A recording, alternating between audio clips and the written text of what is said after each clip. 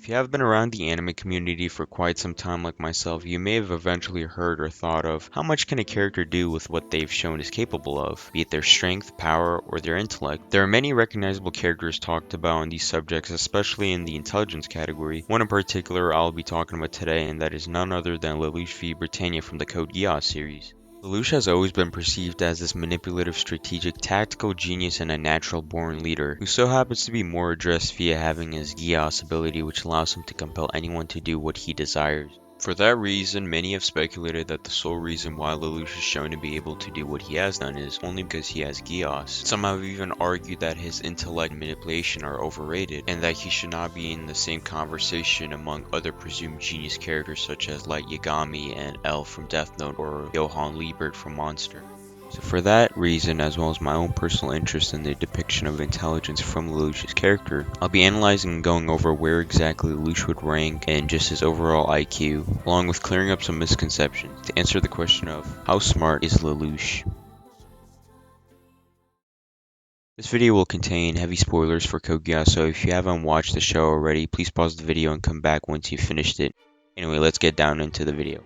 To start off, we must first define what intelligence means. Oxford definition says intelligence is the ability to acquire and apply knowledge and skills. With that in mind, we'll be looking over what Lelouch is shown to know and how he applies it throughout the story. It's also important to know that the world of Code Geass is far more futuristic and technologically advanced than our own modern day world, and this will come up later in the video. Now, to get some misconceptions out of the way, many people first get a glimpse or an idea of Lelouch's intellect when he first appears as a substitute against an unnamed nobleman for a game of chess. He defeats him, but the only move we know he makes from the starting position that black pieces were in is moving the king first. Many people make the misconstrued idea that the series and its creators have no idea how chess works because Lelouch in quote says, "If the king doesn't lead, how can he expect his subordinates to follow?" When asked by his friend Rivals on why he decided to move with the king first from the position he was in. For some reason, people take this as the show claiming that the king moves first at the start of every chess game. However, this is wrong because firstly, they never actually claim this, and secondly, Lelouch is only saying that canonically to emphasize from the position he was playing in, but thematically also displays his own philosophy. Lelouch also makes the best move in the position that the black was in if you actually analyze the board, which the show does display to you before Lelouch makes the move. The problem with trying to use this as a feat of intelligence is the misunderstanding people have about the scene. You see, it wasn't about who and how Lelouch beat, or actually won an allegedly unwinnable position, as Rivals presumed, especially since black was in an already unstoppable mate position, but instead it demonstrates that Lelouch, who is obviously being underestimated by the nobleman here, is able to quickly identify solutions that many others do not recognize, especially when they first enter the room and see the board. This isn't to discredit or make it seem like Rivals or the nobleman are both dumb or something, especially because I knew people who were national master at chess and even they couldn't recognize the best move at first glance, demonstrating Lelouch's keen sense of observation and with little time as well on the clock, which also would explain why the artificer who was initially playing against the nobleman was implied to be losing the game, but the nobleman was playing sloppy and careless in display of arrogance, yet winning via time advantage. It's also worth noting that the series isn't about chess at all. The only use of this is to demonstrate the interest of the characters as a hobby to characterize them, but also to be used as a motif throughout the story, which also just becomes a lot more clear as the story continues. Next, I'll be going over the statement regarding Lelouch claiming he already had a plan to destroy Britannia before he ever attained the Geass or Med C2. A lot of people either deny this claim by arguing he would have been dead in the first episode if it wasn't for Geass or C2. However, this is ignoring that the only reason he was caught up in this situation is because of C2 calling out to him, which basically caused him to even be in a situation where he would be in this sort of danger. So it's not honest to say he'd be completely hopeless without the Geass. But to be fair, we don't know how extensive his plan was, and even if it would have contained any elements of what he does in the story, so it's not something I'd consider just throwing out the window. That is because most of the feats he performs aren't even when using Geass itself. Also because to even use his Geass effectively he needs to be competent enough, which is later shown when he learns a lot about his Geass in a short amount of time, especially because it's shown later on that his Geass is the most limited out of any other Geass user from the series, so he isn't exactly on easy mode.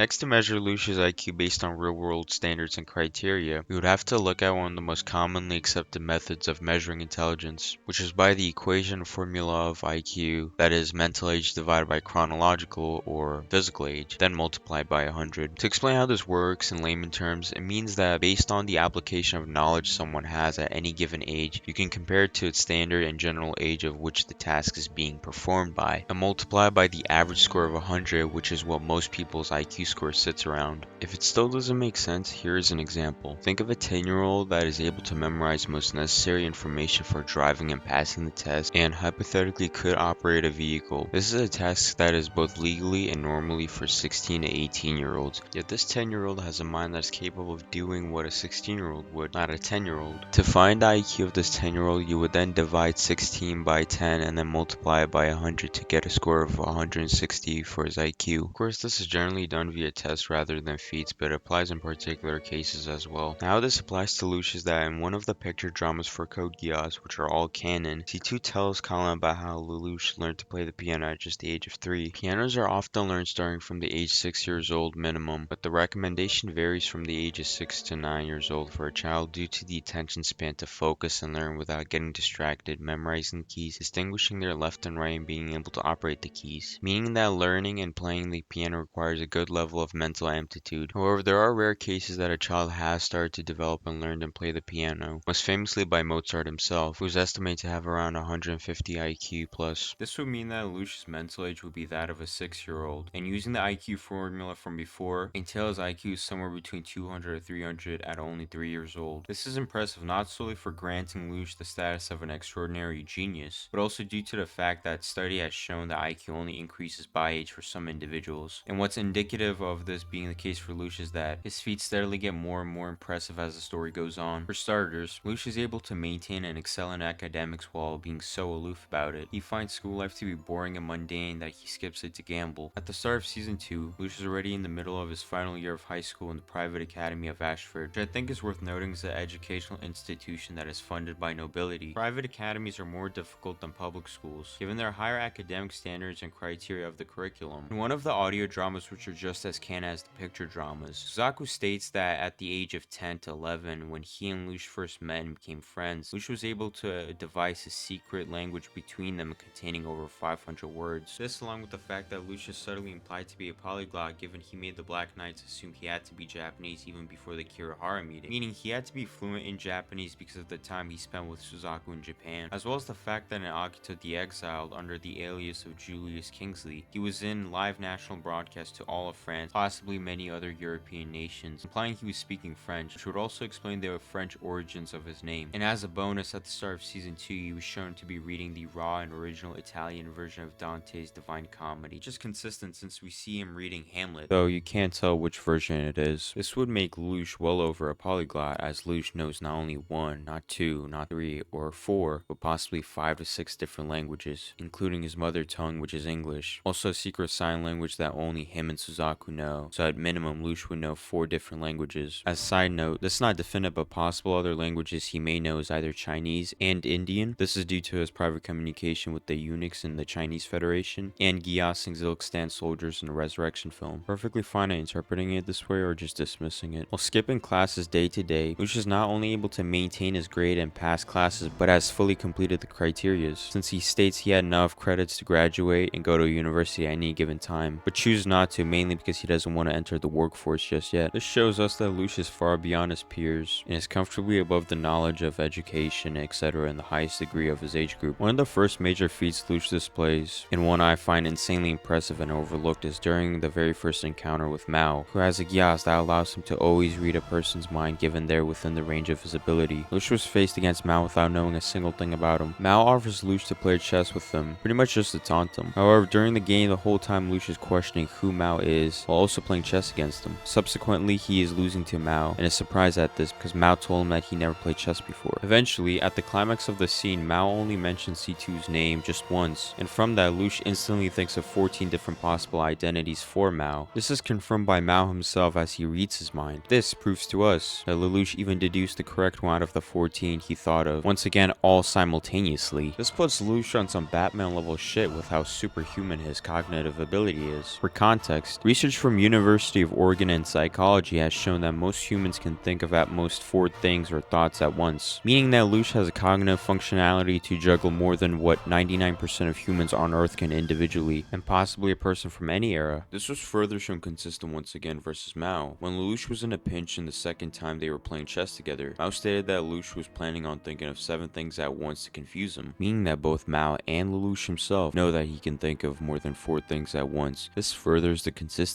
and adds preponderance of evidence for his previous feats of being able to think of 14 different possible identities at once. What makes this even more incredible is the context of Lelouch coming up with the idea of using the Geass on himself to temporarily forget the plan, where it's revealed that he told Suzaku to come in to rescue and stop Mao after he's done deactivating the bomb, ensuring that Mao couldn't read his mind during the whole time. The fact that Lelouch is aware that he himself would shout at the very moment to give the signal and allow Suzaku to break in shows great display of interpersonal intelligence, self-understanding, and abstract out-of-the-box thinking in a short amount of time he had. He snaps out of the Geass once he hears that it was his plan from Suzaku, meaning he is even aware that his former self with all his memories would even come up with a plan of self-Geass in his memories temporarily. Furthermore, feats of genius displayed by him in the story is when he uses pre-recordings to misdirect his opponents, first of which being against Mao, second against Schneisel. In both cases, he starts up the topic of conversation and prompts the right amount of pauses to make it seem like it's a legit conversation with them. This is a great display of Lelouch's interpersonal intellect as he socially understands how conversations go and also predicts some of the responses that would come from them. This is also showing Lelouch's acting skills, since Schneisel is someone who is shown to be an expert manipulator as well as a brilliant strategist and tactician, always having outmatched Lelouch in chess in their youth. And Mao,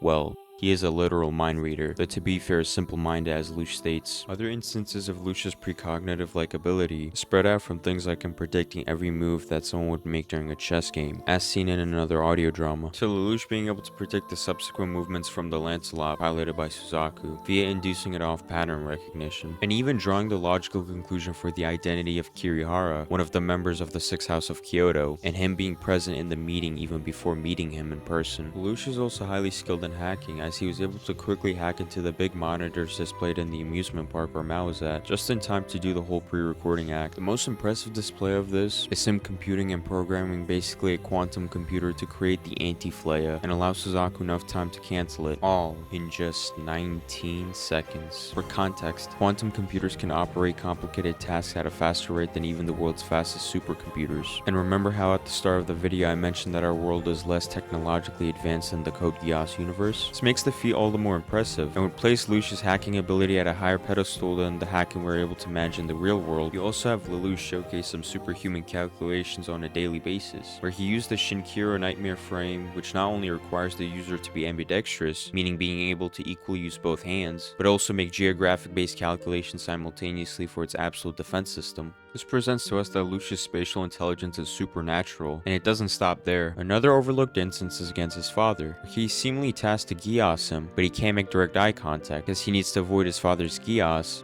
So what does Lelouch do? He sent confetti-like mirror glasses shot out from the nightmare frame that are spread all over the air, mid-fall, and Lelouch uses them to align geometrical lines of the light from his Geass, managing to reflect it and hit all the way into Charles's eye in the line of sight. Here, Lelouch not only had to perfectly match it in time with all the angles to hit exactly at the moment, or else it wouldn't have worked. He also used spatial awareness and reasoning when he was programming the anti-flare weapon to cancel it. Everything I've mentioned so far in this video is pretty much the tame things Lelouch is shown to have done throughout the series. Well, depending how you view tame to be. Not to mention the famous ending of the show, where Lelouch devised the Zero Requiem plan to work months in advance, and makes it work perfectly as he planned from point to point. That would probably require a whole other video of its own to explain. This is also ignoring the alternative timeline in the movies, where Lelouch literally beats a time traveler without any knowledge of their ability or identity, and just by mere deduction alone. So to conclude with what I presented so far, not even being the entirety of what Lelouch has done throughout his entire run, I think it's safe to say that Lelouch is somewhat of a polymathic genius, where he has great knowledge and intellect from all across different fields of subjects. He's at the very least somewhere around 200 or 300 IQ, if you wish to give him a number or a basis to go off from, and he is a superhuman in terms of intellectual prowess, and is easily in the conversation for one of the smartest characters in all of fiction, and arguably just the smartest realistic human character in all of anime and manga. I'd like to thank everyone that's made it this far into the video. This is my first video of this type of caliber where I do voiceovers. Not very much used to it, so please bear with me. Please ignore the mic quality changing midway in the video. I was using an old mic and started using a new one that I got recently. If you like this video, learn something new, or just want to see more similar content about Code Geass in the near future, suggest dropping a like and subscribing, as I plan on doing more analytical review based content on Code Geass and many other series in the future. Have a wonderful day, and I'll see you in the next one.